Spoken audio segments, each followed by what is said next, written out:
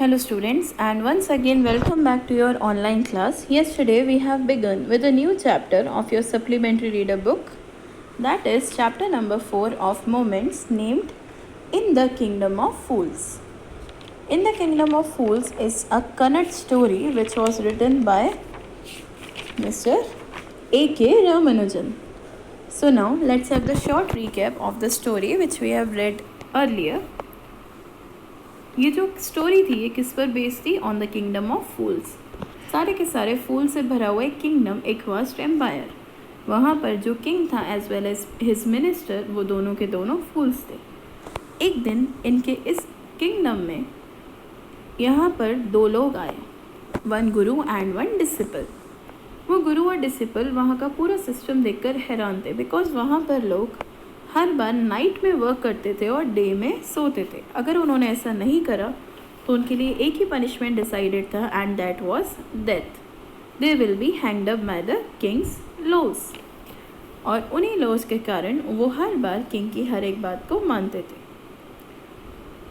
और अगर आप उनकी मार्केट से कुछ भी परचेज करेंगे, लाइक उस गुरु और डिसिपल ने करा, तो हर एक मार्केट प्राइस कितनी होगी? जस्ट 1 डूडू, दैट इज़ 1 रुपी। फिर चाहे आप कोई भी कॉस्टली मटेरियल लें या कोई भी चीप मटेरियल्स, इवन वहाँ पे जो कैटल थी उनको भी यही सिखाया गया था कि उनको मिल्क इवनिंग में देना है एंड मॉर्निंग में उनको स्लीप करना है। So that was the entire schedule of this kingdom. But the Guru he decided कि वो इस किंगडम में ज़्यादा टाइम तक नहीं रह सकते, and that's why he told his disciple to go from that kingdom on the same day. But disciple was very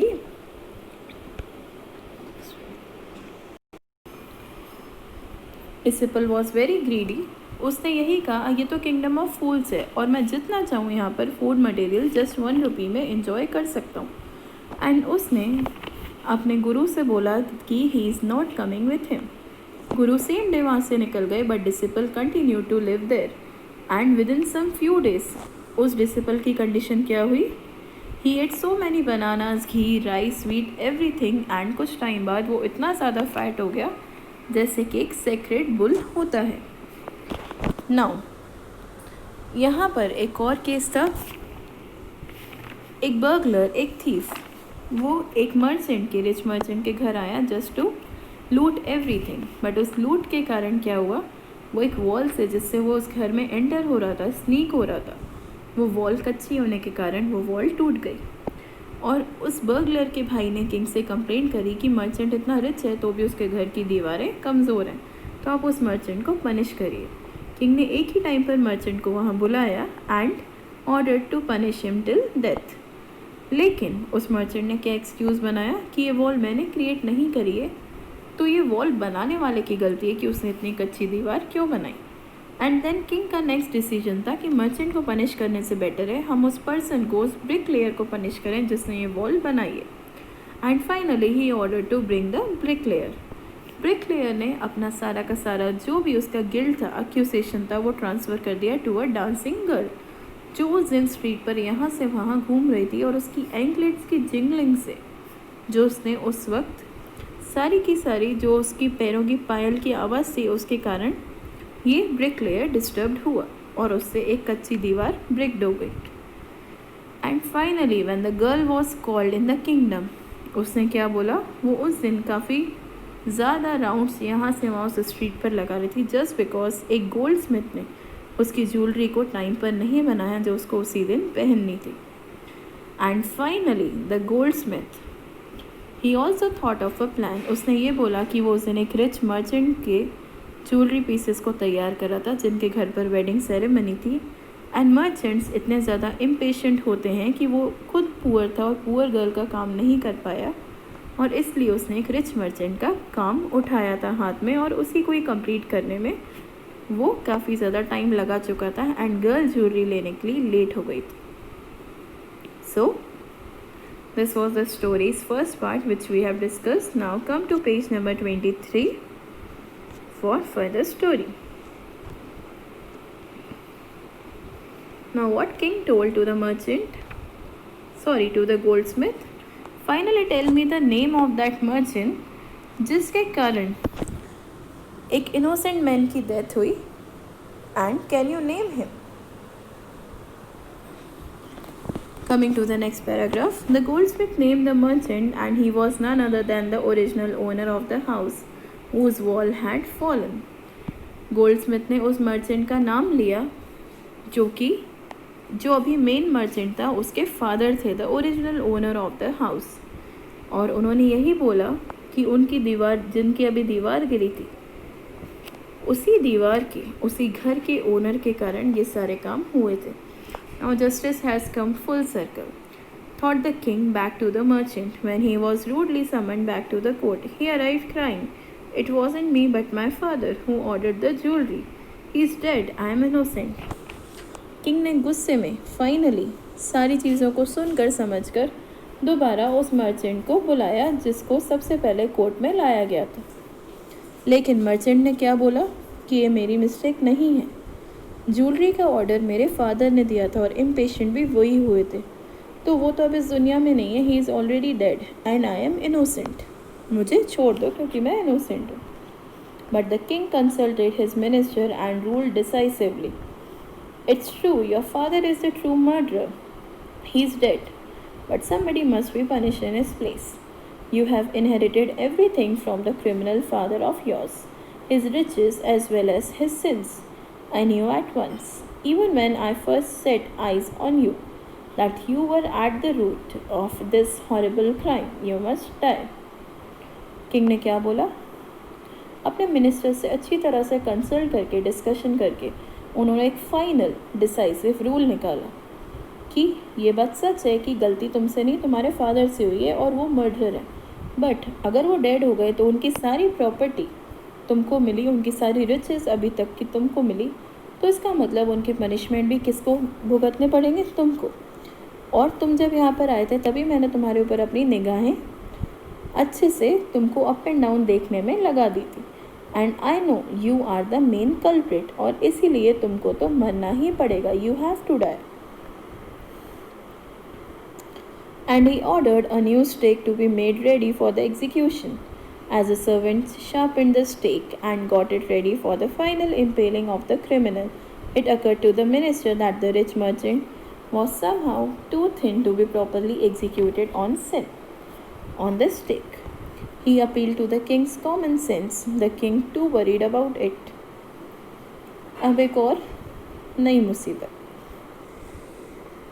जब किंग ने उस स्टेक को ऑर्डर करा जिस पर लोगों को पहले किल किया जाता था, उनकी नेक को रखकर उनकी नेक को डायरेक्टली स्टेक पर काट दिया जाता था। एंड इस अकॉर्डिंग किंग ने उस एग्जीक्यूशन स्टेक को रेडी करा, उसकी सारी ब्लेड्स को शार्पन अप करवाया, और जब वो फाइनली रेडी हो गई कि क्रिमिनल को पनिश किया जाए, तब मिनिस्टर के पास एक और नई प्रॉब्लम ये आई कि वो रिच मर्चेंट इतना ज़्यादा थिन था कि उसकी नेक उस स्टेक पर फिट ही नहीं आ रही थी। तो उसकी नेक वहाँ से अलग कैसे होगी, मीन्स उसको पनिशमेंट कैसे मिल सकता है? नेक तो एग्जीक्यूट हो ही नहीं सकती।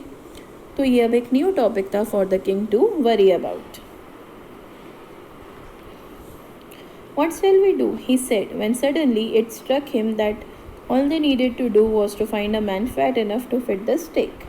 The servants were immediately sent all over the town looking for a man who would fit the stake, and their eyes fell on the disciple who had fattened himself for months on bananas and rice and wheat and ghee.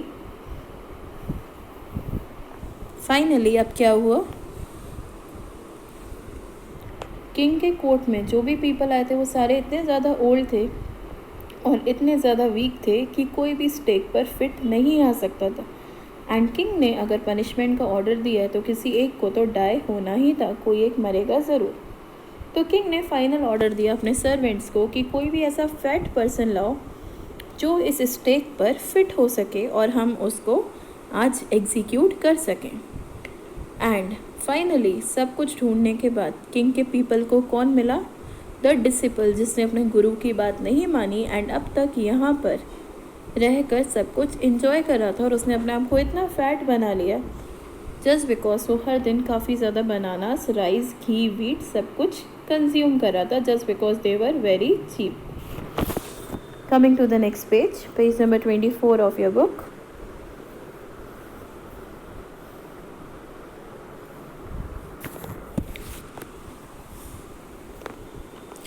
What have I done wrong? I am innocent. I am a sannyasi, he cried. That may be true, but it's a royal decree that we should find a man fat enough to fit the stake, they said, and carried him to the place of execution. He remembered his wise guru's words. This is a city of fools. You don't know what they will do next. While he was waiting for death, he prayed to his guru in his heart, asking him to hear his cry wherever he was. The guru saw everything in a vision. He had magic powers. He could see far and he could see the future as he could see the present and the past. He arrived at once to save his disciple, who had got himself into such a scrape through love of food.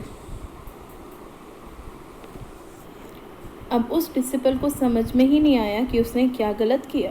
तो उसका सबसे पहला question क्या था उन सारे के सारे किंग के सर्वेंट से कि मैंने ऐसा क्या किया है जो तुम मुझे ले जा रहे हो यहाँ से। मैं तो बिल्कुल इनोसेंट हूँ, मैं तो जानता भी नहीं हूँ कि तुम लोगों की बात क्या हुई है। मैं एक सन्यासी हूँ। और इसी तरीके से वो सबसे यही क्रायल फॉर्म में बोलता रहा कि वो इनोसेंट है।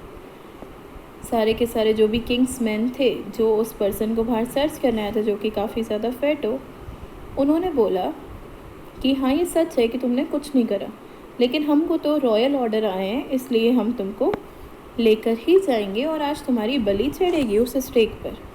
और इसीलिए वो उसको खींच कर वहाँ से ले गए to the place of execution जहाँ उसकी बलि चढ़ने वाली थी।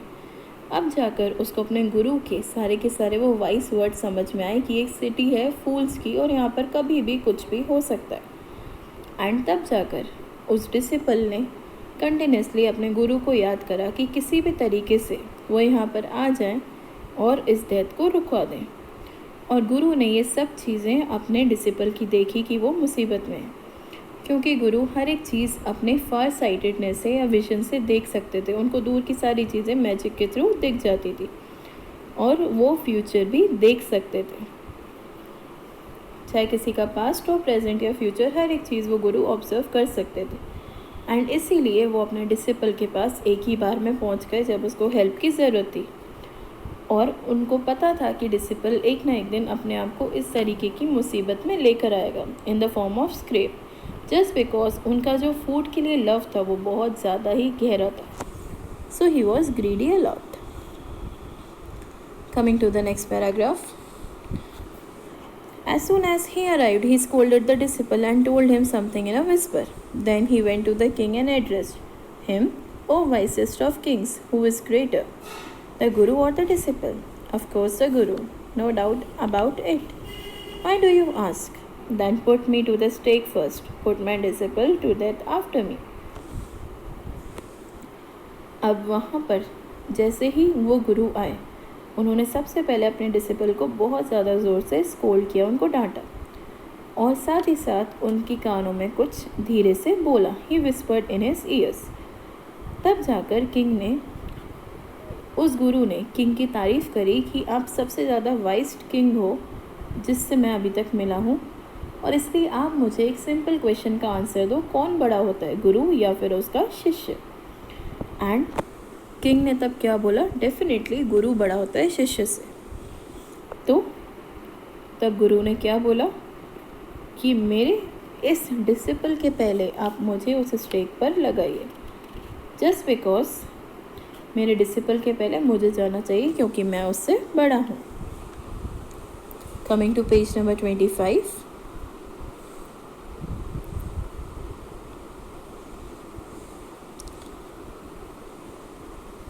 When the disciple heard this, he understood and began to clamor, Me first. You brought me here first. Put me to death first, not him. तब डिसिपल को समझ में आ गया कि गुरु ने उसके कानों में क्या विस्पर किया था।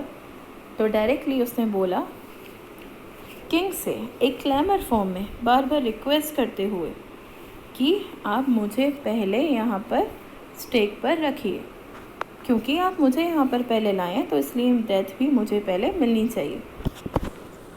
Coming to the next paragraph. The guru and the disciple now got into a fight about who should go first. The king was puzzled by this behaviour. He asked the guru, why do you want to die? We chose him because we needed a fat man for the stake. You shouldn't ask me such questions. Put me to death first, replied the Guru. अब गुरु और disciple के बीच में एक fight होने लगी कि नहीं, पहले मैं स्टेक तक जाऊंगा और पहले मेरी डेथ होनी चाहिए। और इस चीज़ को लेकर किंग कंफ्यूज हो गया कि दोनों के दोनों डेथ के लिए इतने ज़्यादा ईगर क्यों हैं। तो किंग ने बोला गुरु से कि तुमको क्यों मरना है, मुझे तो एक फैट पर्सन चाहिए था, क्योंकि आज मैं डिसाइड कर चुका था कि एक फैट पर्सन ही इस स्टेक के थ्रू उसकी बलि चढ़ेगी। He will be punished into death. तब जाकर उस गुरु ने बोला कि आप मुझसे कोई क्वेश्चन मत पूछिए और जस्ट मुझे डेथ का पनिशमेंट दीजिए, पहले मेरी डेथ होनी चाहिए। Why? There is some mystery here. As a wise man you must make me understand. तब किंग ने बोला कि नहीं, यहाँ पर कुछ ना कुछ तो राज है, कोई रहस्य है, और मैं जानना चाहता हूँ तुमसे, क्योंकि तुम भी एक वाइज मैन हो, तो मुझे बताओ। मुझे समझ में नहीं आया कि तुम क्या कहना चाहते हो और डेथ का ऑफर क्यों एक्सेप्ट कर रहे हो।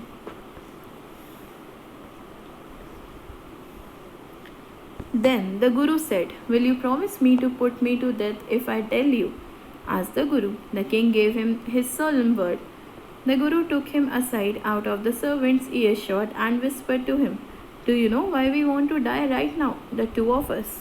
We have been all over the world, but we have never found a city like this or a king like you. That stake is the stake of the God of justice. It's new, it has never had a criminal on it.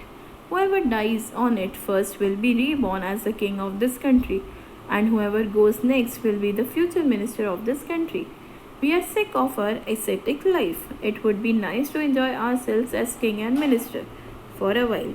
Now keep your word, my lord, and put us to death. Me first, remember." अब जाकर गुरु ने अपनी वाइसनेस के कारण, cleverness के कारण king को ये बोला कि आप मुझे पहले प्रॉमिस करिए, अगर मैं आपको बता दूंगा कि इन सब के पीछे क्या मिस्ट्री है, तो आप सबसे पहले मुझे ही डेथ पर रखेंगे और मेरी डेथ होगी। एंड किंग ने एक प्रॉमिस करा कि हाँ, मैंने अपनी ज़बान दे दी है, तो ऐसा ही होगा। गुरु ने किंग को एक साइड ले जाकर उनके कान में कुछ विस्पर किया, और उस विस्पर में उन्होंने क्या बोला कि आपका ये जो स्टेक है वो डायरेक्टली गॉड ऑफ जस्टिस का स्टेक है, क्योंकि इसके पहले इस पर किसी भी क्रिमिनल की डेथ नहीं हुई है, कोई भी बलि नहीं चढ़ा है। और जितना मैं जानता हूँ, क्योंकि मैं दूर की देख सकता हूँ और सोच सकता हूँ, मुझे ये पता है कि जो भी इस गॉड ऑफ जस्टिस के स्टेक से आज डाई होगा, वो पहला पर्सन इस कंट्री का दूसरा किंग बनेगा इन द रीबर्थ, एंड जो पर्सन नेक्स्ट डाई होगा वो उस किंग का मिनिस्टर बनेगा। और हम अपनी इस नॉर्मल जो भी हमारी सन्यासी लाइफ है, द एसेटिक लाइफ, उससे हम काफ़ी ज़्यादा बोर हो गए हैं, और अब हमको एज किंग एंड मिनिस्टर एक कंट्री पर राज करना है। So just because that we both want to die one by one. But उसने किंग को ये भी बोला, रिमेंबर दैट, कि आपको मुझे पहले डेथ पर रखना है and then my minister.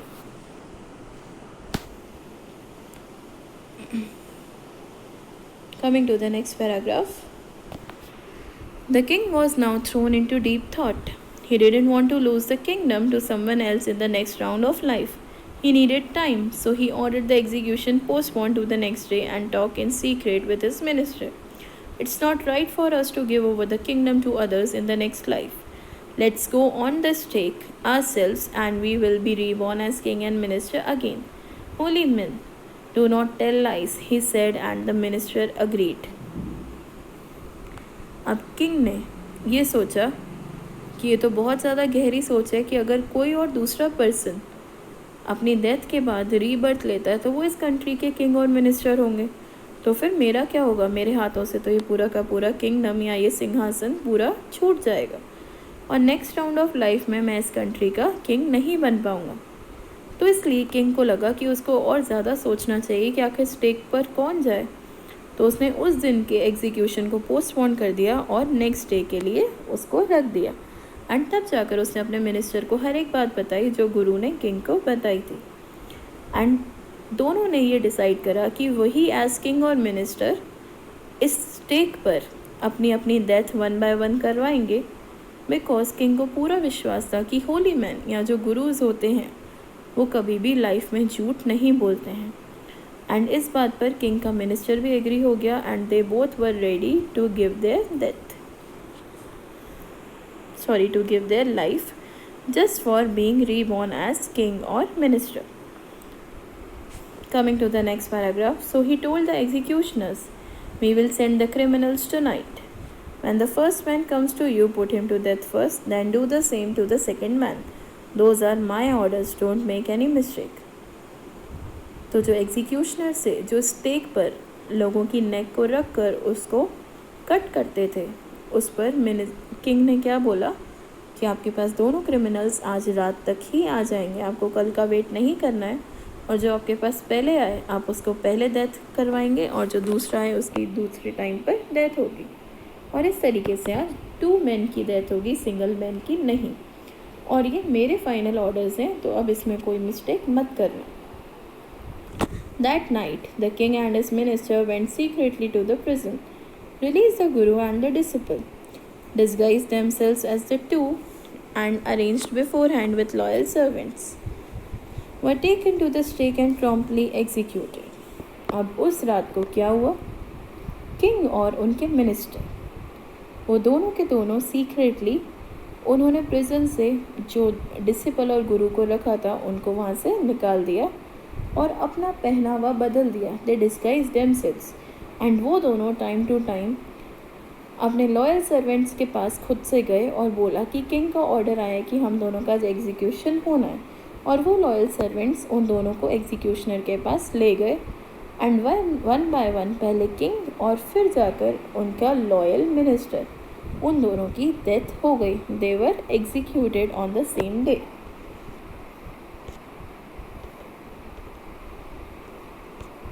Coming to page 26, the last page of the story. See, the king and the minister, they are disguised. वो poor people बनकर execution के लिए गए थे। Last page, page number 26 of your book. When the bodies were taken down to be thrown to crows and vultures, the people panicked. They saw before them the dead bodies of the king and the minister. The city was in confusion. अब finally जब उन bodies को बाहर दे दिया गया कि crows और vultures उनके ऊपर एज होस्ट आए और उनको खा जाए, तो पीपल को एकदम से टेंशन हो गई, वो पैनिक्ड हो गए कि एक ही कंट्री में जो मेन किंग थे और उनका मिनिस्टर, उन दोनों की डेथ हो गई, तो अब ये सिटी कौन चलाएगा और कैसे चलेगी। तो पूरी सिटी उस वक्त कन्फ्यूजन में आ गई। All night they moaned and discuss the future of the kingdom. So people suddenly thought of the guru and the disciple and caught up with them as they were preparing to leave town unnoticed. We people need a king and a minister, said someone. Others agreed. They begged the guru and the disciple to be their king and their minister. It didn't take many arguments to persuade the disciple, but it took longer to persuade the guru. They finally agreed to rule the kingdom of the foolish king and the silly minister, on the condition that they could change all the old laws. अब सारे लोगों ने उस रात बहुत ज़्यादा दुख मनाया, और उसी दुख में जब वो किंग और उनके मिनिस्टर के लिए रो रहे थे, उन्होंने डिसाइड करा इस फ्यूचर किंगडम के किंग और मिनिस्टर कौन होंगे, the guru and the disciple. और तब जाकर उन्होंने गुरु और डिसिपल को उसी वक्त रोका जब वो उस सिटी को छोड़कर जाने वाले थे, एंड सब ने मनाया कि you will be our next king and minister. उस टाइम पर जो डिसिपल था वो तो क्विकली एग्री हो गया उस सिटी में रुकने के लिए, बट जो गुरु था उनको मनाने के लिए, उनको परसुएट करने के लिए लोगों को काफ़ी ज़्यादा मेहनत लगी, एंड फाइनली गुरु भी रुक गए विद अ सिंगल कंडीशन। और उनकी कंडीशन क्या थी? जो भी अभी तक सारे के सारे पास्ट के लॉज और रूल्स थे उन सबको वो गुरु अपने अकॉर्डिंग चेंज करेंगे। From then on night would again be night and day would again be day, and you could get nothing for a doo-doo. It became like any other place. And उस दिन से उस kingdom में foolishness पूरी तरह से ख़त्म हो गई, क्योंकि उस दिन इतना अच्छा चेंज आया कि नाइट जो थी वो सबको नाइट की तरह ही रखनी थी और डे को डे की तरह, एंड हर एक चीज़ उनको एक सिंगल डूडू से नहीं मिलेगी, सबकी प्राइस सेपरेट होगी। और उस दिन वो बाकी सारी प्लेसेस की तरह एक फेयर एंड फाइन प्लेस बन गई, a fair kingdom. So with this we have ended the story which was written in a Kannada folk tale by A.K. Ramanujan. And finally, we come to the glossary part on page number 27, which you have to read and you have to learn as well. So, thank you, class, and have a nice day.